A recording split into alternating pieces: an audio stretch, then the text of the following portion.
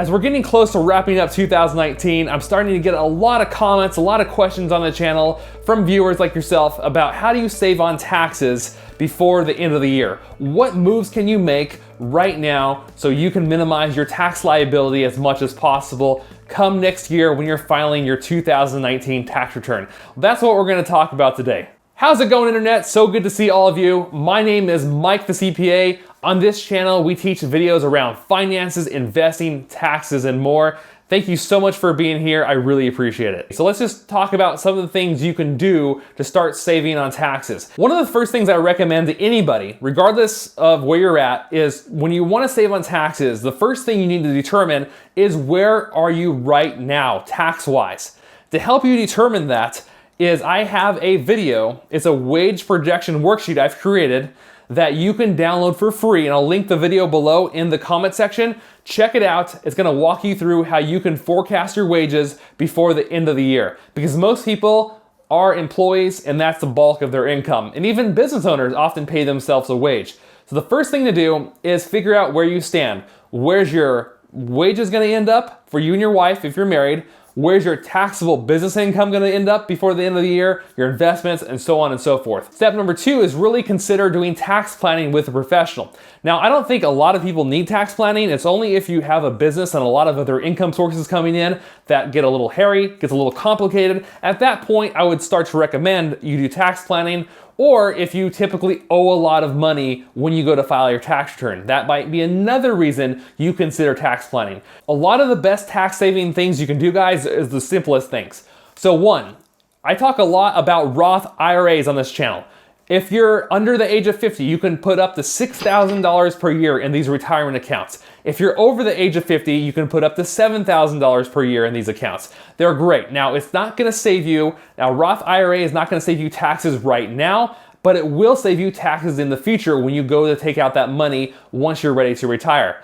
The other thing you can look at is doing not a Roth IRA, but a traditional IRA. The good news about the traditional IRA is it's gonna give you an immediate tax deduction. So for some people, this makes more sense. If you're in a high tax bracket, you can get that immediate tax deduction right now. And for example, you can get a maximum of a $6,000 or $7,000 deduction currently this year, depending upon your age, and that's per person. So if you're married, you can double that amount and open 2 IRAs. Now remember, Roth IRA, no tax benefit right now, your tax benefit's in the future. A traditional IRA, you get a tax benefit now, but you pay taxes on the money when you take it out in the future.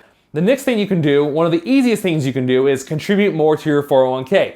Right now in 2019, the limit is $19,000. So if you have time, you might look at trying to max that out before year end if you can afford to do so and if it makes sense. If you're over the age of 50, you can actually put up to $25,000 into that account before the end of the year. Something to look at. And if you're married, obviously you can do that twice as long as both of you qualify for that kind of plan, which gives you a tax deferral of like $50,000 or close to it. It's pretty substantial of what you can put into these things and invest for your retirement. The next easiest thing you can do, guys, is use your health savings account. Now, I know not everybody has one, but a lot of people will, at their company, they'll either have a flex spending account or they'll have a health savings account known as an HSA. The flex spending plan, I think you can, and for 2019, you can put up to $2,700 in there max, I think it's per person, in that plan. Now, remember though, with that plan, you can only roll forward a small amount if you don't use it, so be cautious of that. Now, I love the HSA, and with the HSA, if you have one of those kind of plans, you can contribute up to $3,500 per year if your filing status is single. And if you're married, get this, guys, you can put a double that. So $7,000 per year if you're married. And that contribution to that HSA or flex spending account, whatever plan you have, what's nice about those plans is it's gonna reduce your taxable income by those amounts, okay? So if you had 100 grand in wages and you put for your family a total of 7,000 in your HSA, now you're not paying tax on 100,000 in wages, you're now paying tax on $93,000 in wages. When you actually have medical expenses, as long as they're for qualified medical expenses, you take that money out to pay for those expenses, it's completely tax-free, and it's like having a big discount on all of your medical bills. The next thing to be looking for to maximize your tax deduction is tax credits. Because tax credits are much better, far superior than tax deductions, because a tax credit can reduce your actual tax liability dollar for dollar, where a tax deduction cannot do that. So tax credits are always more valuable than tax deductions. The most popular credits that people look at is the earned income credit, the child tax credit, child dependent care credits. They look at American Opportunity Credit. So if one of your sons or daughters are in school, then this is a credit you can probably apply for. You look for the lifetime learning credit if you're currently in college and you're pursuing your master's degree or something like that. Now my uncle, he just bought a home and he was required to, here in California, and he was required to put solar energy panels on the home. But because he had to do that, at least he gets a nice tax deduction for it.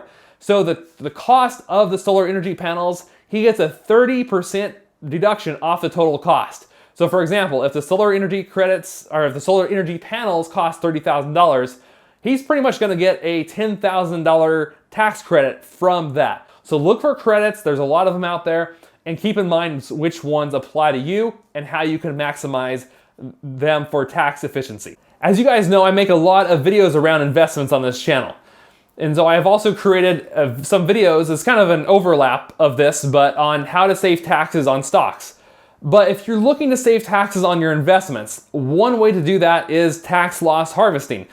For example, let's say you sold sometime during the year. Now Apple stock has had a great run up in value this year, huge run up in value.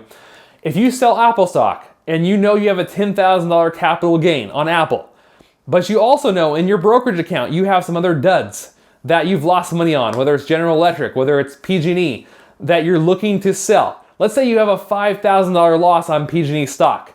Well, what you can do is if you finally decided you want to get rid of PG&E stock or whatever stock you have a loss on, you sell that off, right? So you sell that off at a $5,000 loss.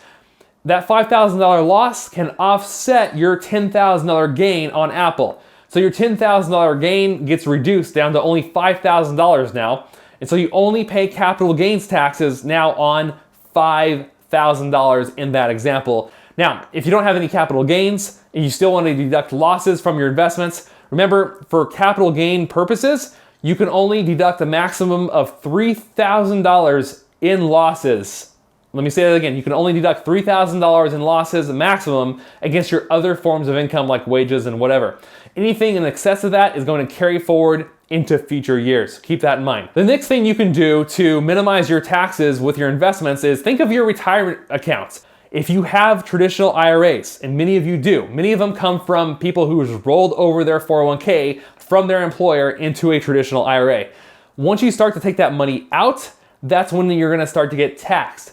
So if you can't afford to do so, you might delay, if you can, delay taking additional money out of your retirement accounts like your 401k, your IRA, things like that. That's gonna help minimize your tax liability in the current year because it's gonna keep your income, your taxable income, as low as possible.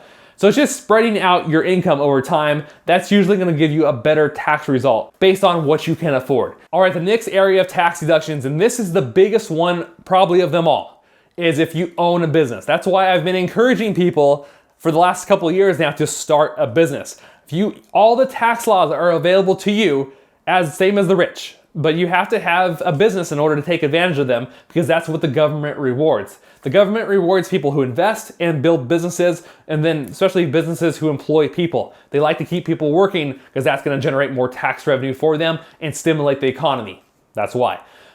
If you have a business, think about whether it's a farm, a rental, a Schedule C like a sole proprietor, then there's a lot of deductions you can take advantage of. One of the largest business deductions you can take, guys, is the qualified business income deduction. I have 2 videos on this that go over in detail. It's very complicated, but basically you can get up to a maximum deduction of 20% of your taxable business income, of your net business income, which is fantastic. That is something you should check out, especially if you're a business owner, and see if you qualify for that because it's gonna save you a lot, and I mean a lot, in taxes. Now, if you have a business, you can always help plan your income. This is what the professionals do. This is what professionals do for their clients. They help them keep track of their net business income throughout the year with good accounting records and projections and things like that. And then towards the end of the year, they help them make some moves with their business, or throughout the year, they're doing this, of what type of expenses or deductions they can take. What a lot of CPAs do with their business clients or clients who own businesses is they'll work with them to determine a profit target for their business. They'll forecast where they think this business owner, where their business will land by year end, what their net profit will be. And then they'll discuss or have an open dialogue of how much the business owner would like to reinvest into his business to drive his taxable income down, his or her taxable income down. So let's say the business owner has a net profit of $100,000, or that's where it's projected to be by year end. Well, the CPA will discuss that with him or her and say, well, how much better would your taxes be if we can get your net business income down to $80,000? The reason that's important is for most businesses, like pass-through entities, like S corporations, partnerships, a sole proprietorship, a farm, that kind of income is eventually going to flow into that person's 1040. So that income gets taxed on the person's individual tax return, which is why it's so crucial to not only do tax planning for the business, but for the individual in this kind of circumstance. They'll look for deductions this person can take, where they can spend their capital. Because a lot of times, the business owners, you'll talk to them, and they would much rather reinvest in their business than to give the IRS or the state governments more money through taxes. So what they'll do is they'll look at purchasing more equipment, more supplies. They might look at continuing education programs. They might give their employees bonuses. I had one business owner do that quite often. Every Christmas, they would give a large bonus out, which is really nice. They might look at putting more money into the profit sharing plan of the business if the business has that kind of plan. Anything they can do to drive their business income down, help their employees, rather than sending more money to the government. They are more than pleased, or usually more than happy to do so, while taking cash flow management into consideration. One thing a lot of people don't talk about, and what the professionals look at, is not always taking the most tax deductions right now. What do I mean? A lot of times, as a business owner, when you buy new equipment, our new vehicle, people want to deduct as much as possible with accelerated depreciation right off the get-go. But that's not always the best idea. You have to do a little deeper level of thinking, more critical thinking. As your income rises, you're going to land in higher and higher tax brackets. Your overall marginal tax rate's going to increase, right? And same with your effective tax rate. That's going to go up too. So what we recommend often is if your income, like right now, if you think your income is going to go up like double next year, or even keep rising as time goes on, which I hope it does, then you might not maximize the tax deductions with depreciation right now. But you might look at just annualizing out that depreciation over 5 years or 7 years, whatever the life of that asset is, rather than writing off the whole thing right now. Because you're going to get a much greater tax benefit, much greater, that if you're offsetting the tax rate of like 30-something% versus offsetting a tax rate of 20%, if that makes sense. You're going to get more bang for your buck when your tax rate's higher. And so it's nice to have deductions available when you're hitting those higher brackets. There's still a few tax planning opportunities with itemized deductions. Most people now are using the standard deduction because it got a nice bump under the new tax law starting in 2018. Of $12,000 if you file single, or $24,000 if you file jointly. So now less and less people are actually itemizing. However, if you do itemize, then there are still things to consider to boost your deductions even further. Look at medical deductions. Now remember, your state and local property taxes or income taxes is limited to $10,000 in total. So you're stuck with $10,000 there. But your mortgage interest isn't so stuck. Most people can deduct all of their mortgage interest or more, even if they have multiple properties, depending on how much mortgage debt in total they have. The other thing to look at is charitable contributions. Remember, if you're already able to itemize, you might consider donating even more to charity because you're going to get more benefit from it from a tax perspective. Also look at investment interest and things like that. Those are all things that are going to help you tax-wise. Now, the thing that's important to know about itemized deductions, especially with charities or giving to charity, even though they say it's a tax deduction, when you're donating to a particular organization, it's not really a tax deduction to you unless you're actually able to itemize. Unless you are actually able to itemize, don't expect to get a tax deduction for donating to charity anymore. It's very important you understand that. I'm not saying don't donate to charity. I'm just saying that be aware that every dollar you donate to charity might no longer be deductible if you can't itemize to begin with. The last thing I want to mention in this video is if you look at your prior year tax return and you notice that you're feeling that your income has gone way, way up this year, or you haven't had as much tax withheld from your paychecks throughout the year, you might look at paying in estimates before year end so that you don't owe a ton of money come April 15th. Plus, that's gonna help you offset some interest and penalties you might have to pay if you owe a huge balance when April 15th arrives. Now, I have several videos on tax estimates, how they work. I have a video of how to pay them, how the general rules of how they work, and a video of how to roughly calculate your tax estimates. I'll link those all below so you guys can check them out if you want to. All right, guys, well, thank you so much for hanging out with me, spending time with me on YouTube. If you enjoy this content, if you want to see more videos like this in the future, let me know by dropping a like. Just smash that like button, guys, if you found this helpful.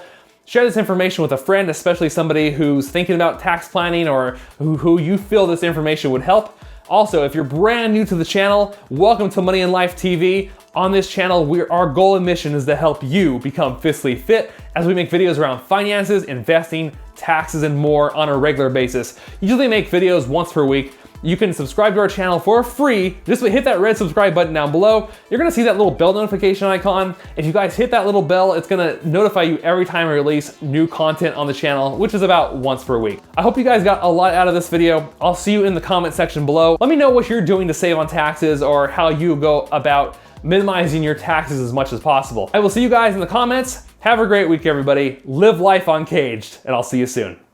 Peace.